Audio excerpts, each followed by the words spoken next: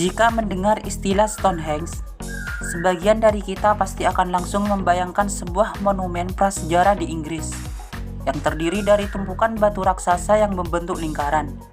Namun tahukah Anda bahwa konon di Indonesia ada sebuah susunan batuan bertumpuk yang mirip Stonehenge dan konon memiliki ukuran yang jauh lebih besar.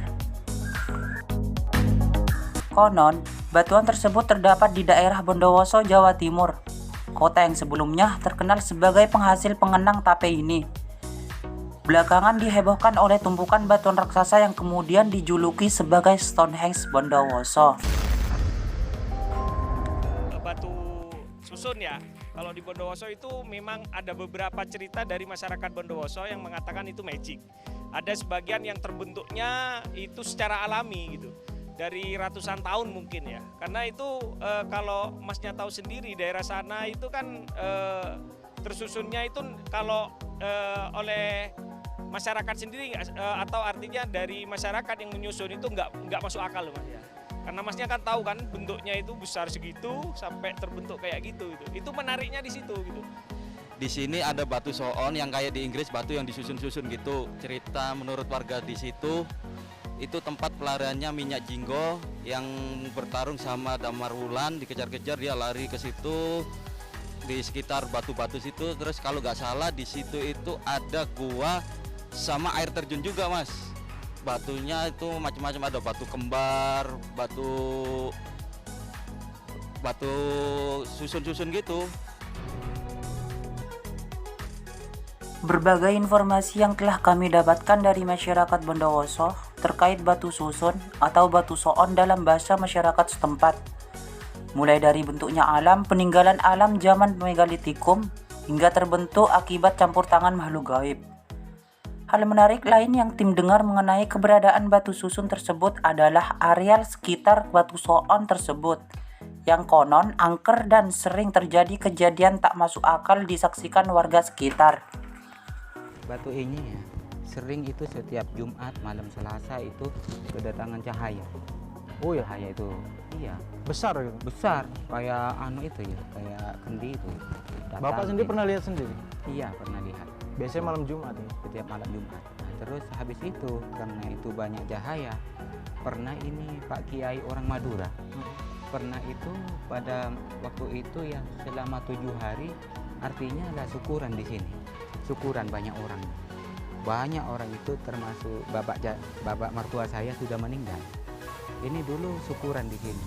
Nggak taunya sejak anu ya, baca apa itu macam-macam, ternyata cahaya itu keluar semua.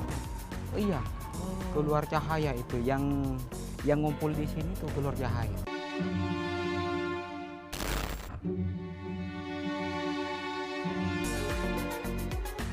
Kami kemudian menuju ke lokasi kedua yang dinamakan Batu Ninggil atau yang berarti hampir jatuh.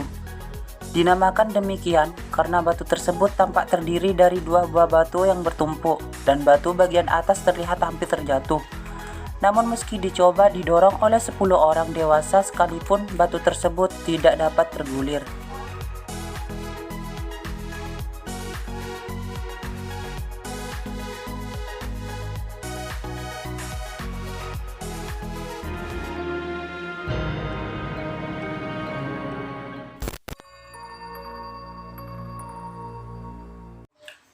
Berbagai kisah berkembang di sekitar batu soon, namun tidak satu pun menyebutkan mengenai asal-usul bagaimana batu soon ini bisa terbentuk. Lalu, bagaimana susunan batu di areal ini bisa terbentuk demikian rupa? Jadi kemungkinan itu merupakan batu alam ya, batu alam yang merupakan dari letusan gunung berapi pada masa lalu dan tingkat erosi yang tinggi sehingga membentuk batu-batu seperti itu. Seperti itu, cuma ada beberapa masyarakat yang meyakini batu itu merupakan disakralkan oleh masyarakat setempat. Memang waktu itu memang kami bukan tidak memperbolehkan, tapi janganlah pakai yang ilmiah, jangan pakai yang teknis. Kita pakai apa yang ada di sana. Jadi nama-nama masyarakat yang ada di sana, karena masyarakat di sana menyebutnya batu soon, kita pakai itu. Karena jelas yang pertama itu belum ada penelitian terkait dengan batu itu, ya. Kemudian memang bisa juga batu itu digunakan sebagai aktivitas pada masa lalu, bisa juga, tetapi sampai ini belum ada bukti terkait dengan itu.